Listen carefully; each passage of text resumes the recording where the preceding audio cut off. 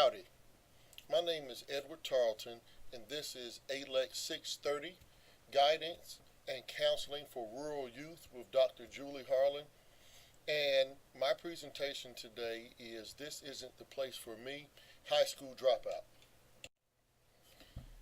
I first want to let you know that this is not a presentation to promote a gloom and doom ideology related to high school dropout.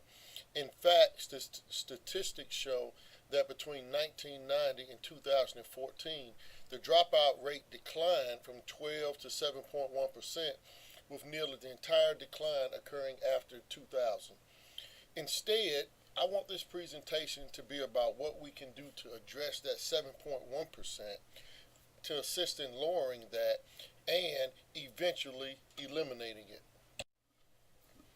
The problem. Dropping out of high school presents a serious national, state, and local problem. Every year, over 1.2 million United States students drop out of high school. That's roughly a student every 26 seconds, or 7,000 a day. 25% of high school freshmen fail to graduate from high school on time. 2,000 high schools across the United States graduate less than 60% of their students. That's a problem. And in the U.S., graduation rates rank 22nd out of 27 developed countries. We have a problem. The importance of a high school diploma. That's one of the things that we need to focus on and we need to understand. Dropouts earn $200,000 less than a high school graduate over their lifetime, and almost $1 million less than a college graduate. And the next thing is that poverty rates for dropouts are over twice as high as college grads. Why should we care? Well, first, the financial ramifications of dropping out of high school hurt more people than just the individual dropping out. Half of all Americans on public assistance are dropouts. 1 year of dropouts, that's 7,000 students per day, equals an estimated $154 billion in lost income over those students' lifetime. And specifically for female dropouts, they are 9 times more likely to be a single mother than students who don't drop out of high school. Additionally, high school dropouts cost taxpayers over close to $300,000 over the course of their lives. Approximately 80% of the incarcerated population are high school dropouts. 1 in 3 minority students, or 32%, attend a dropout factory, those schools that I was talking about earlier, compared to only 8% of white students. So there is a demographic issue and there's a racial component to high school dropout. And as a society, we're not just paying into public assistance program for dropouts, but we're paying to protect ourselves against them through incarceration. So it's not just helping them dropouts on the government side and taxes, but then our money is going to protect ourselves through policing also. Why are students dropping out? That's one of the things that specifically we need to look at. Now that we know the impact and the numbers, what does it really mean, and what is high school dropout, and the reasons behind it. And the reasons behind it are complex and multidimensional. And going one step further, the term dropout is misleading. All students do not drop out because of the same things. Okay? And in the book that we read, they had 3 different types of dropout. You have fade out, and that's where students become basically disillusioned and alienated from school, and they don't feel like they belong. So over a period of time, they just become less and less animated about school and involved in school. And those are the students that they just say, I don't see why I'm here. School is not for me. And so they fade out. The second thing is pushed out. A lot of students, because of their attitudes in school, because of their disciplinary rates real high, those are pushed out. Okay, they sometimes they leave subtly, because they realize that they can't sit in a class and do the things that they're supposed to do. But a lot of times, more than likely, they are coerced and pushed out by school administration, because they don't fit. And then others are pulled out. A lot of students leave to demands outside of the school. And we're going to talk about that a little later. But there are a lot of family issues where a lot of students, they have to leave to go to work to help their families. Parents or caretakers have passed, and they have younger brothers and sisters, and they're the oldest person, and so once again they have to go work. So those students are pulled out. They leave due to demands outside of the actual school framework. But we need to pay attention to all of those. We need to be proactive. Okay? Because we can do things to help students stay engaged and not fade out. We can get students the assistance they need so that they're not pushed out. And then we really need to be looking at and paying attention to our students, especially those that are on the verge of getting pulled out, because we can identify those, and a lot of that is through communication. So the approaches to prevention, as we've been talking about all semester, there's basically four things. You have individual approaches, you have family approaches, school approaches, and community approaches, and we're going to talk about all four of those. So approaches to prevention individually. First, as a counselor, you have to realize that this is not something that you can solve by yourself. You cannot go this alone. Consulting and collaboration with stakeholders is key. You're going to have to collaborate with all of the people with administration, individual teachers. You might have to get outside help. You're going to need the parents, and you might even need professionals. You need to be culturally and developmentally sensitive. Once again, there is a difference between some of the needs of white students, Hispanic students, black students, the demographic area that you're teaching in. And then you have to be developmentally sensitive. All students are not at the same level. And that's one of the things. Putting students in the right place can help keep them to stay engaged. Then we have to take individual demographics into consideration. As a single parent household, what's their income? Do they have people at home to help promote education for them? While we can speak in generalities, all student education is individual. And so we as counselors need to look at students as individuals, and provide them the services that they individually need. Then we have to focus on non-cognitive issues. A lot of times you don't drop out because of grades. You drop out because of other things, whether low study habits, you don't feel connected to the school, all of those other things. It's not about just getting an A, and I'm not getting A's.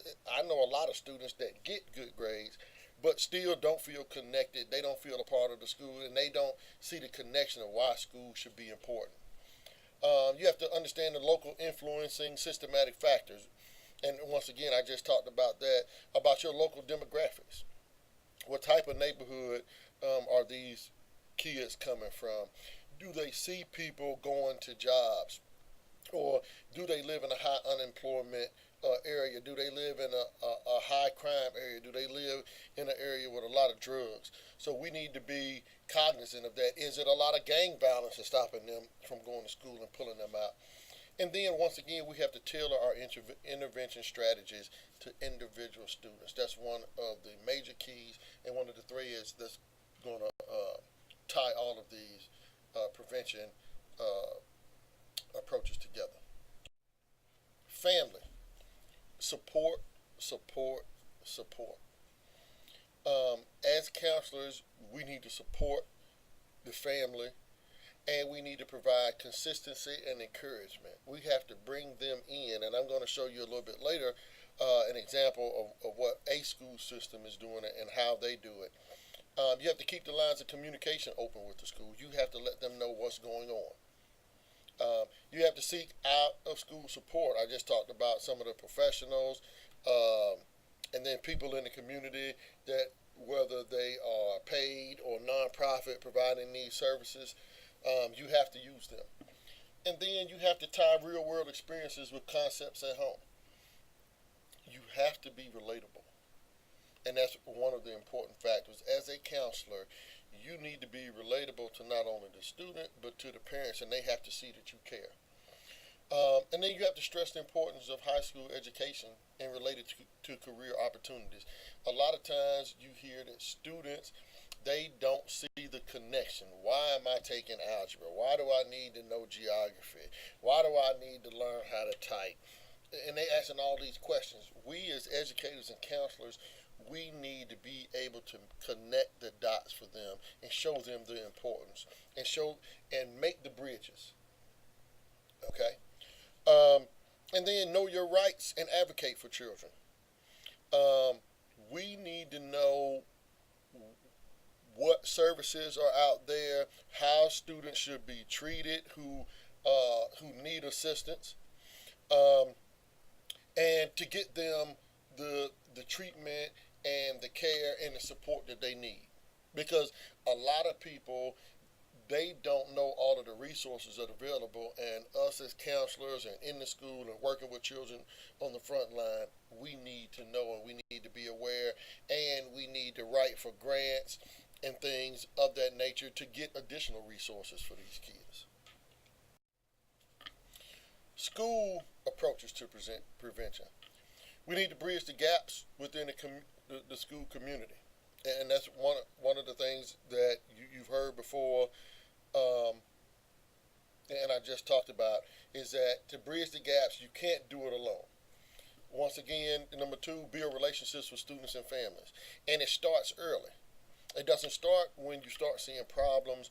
You have to let parents know at orientation, when they come at the PTA, that we have these services because we know that this is a problem and we need to be in front of it. We need to be proactive instead of reactive. Track attendance. Attendance, once again, when you're looking at fade out, you can see it when students start to not come to school. You can start seeing it happen. So we need to keep them engaged. We need to track attendance. And when you track attendance, going back to some of the family approaches, stay connected and inform the family. Provide opportunities for parental involvement. Once again, you're not going to be able to do it alone. So you need to bring the family in. Provide programming and services that meet the needs of the school community. No two school communities are alike. No individual schools and areas are alike. Although you do have some school systems that have been implementing programs that have best practices that we can use and see if it works, but bring those programs and services into the school. School class size, you can keep that down so students feel like you're talking to them and you're not talking to 30 students, especially in high school. Provide additional academic support. A lot of students, once they start not feeling connected, you need to make them feel connected. And a lot of that is providing them the academic support so that they're getting the grades, so that they start feeling a sense of achievement. Provide mentoring programs. The literature has showed that when students connect with an adult, they stay engaged. And you can look at it with sports. We have a lot of students that get horrible academic grades. But what keeps them connected is that football coach, that cheerleading coach, that band coach, that wrestling coach, that baseball or basketball coach, because that coach provides mentoring for them. And we need to take that a step further and provide mentoring to students that aren't in sports, and let them know that we care and find connections for them for something that they are interested in.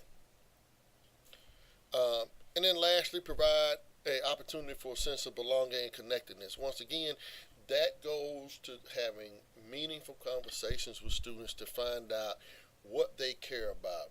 And as adults, as the counselor, making the connections from what the student cares about to education and why education is important and why they should be here and what the next steps are for them to get to the next level. I mentioned earlier that I identified over the internet. It was Davenport Community Schools, and they have a tiered approach to intervention. So they have some school-based prevention and intervention. Once again, looking at attendance and making phone calls and letters at home, and then phone calls from guidance and teachers and administrators. That's the connection piece with the family. And then meetings with students and parents with school personnel. That's what we talk about when we're talking about bringing everybody to the table and keeping everybody informed of what's going on. At the second tier was to assist students with academic and social/emotional issues. Once again, that speaks to bringing those services that we talked about and identifying individual support for students. And then, as you see down here at the bottom, also coordinate and facilitate meetings with parents and families, juvenile court liaisons, caseworkers, social services. That's what we're talking about when we say you cannot do this alone. You might need outside support, not only to help the student, but to help the family of the student to help the student. So bringing everybody to the table and understanding what services are there in your community.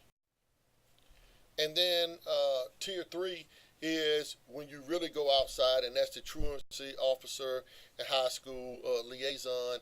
That's when you are being proactive. You're being proactively reactive and bringing services to students because it has exacerbated the what the student needs has exacerbated to a level that you need to take the next step. Okay, because we're at the point where the dropout is about to happen, and we need to be proactive in reacting to that and taking it to the next level. Not just bringing the parents to the school, but we might need to go out into the neighborhood and make it happen for that student and inside the household. And so once again, you have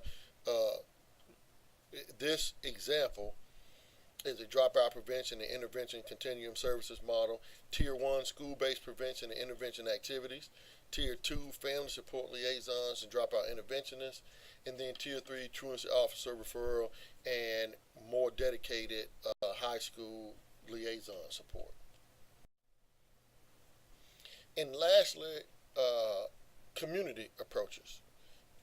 We've kind of already mentioned it, but there's a collaboration between school and community counselors, outside people. And actually, not just counselors, but the business people. Students need to know why going to school is important.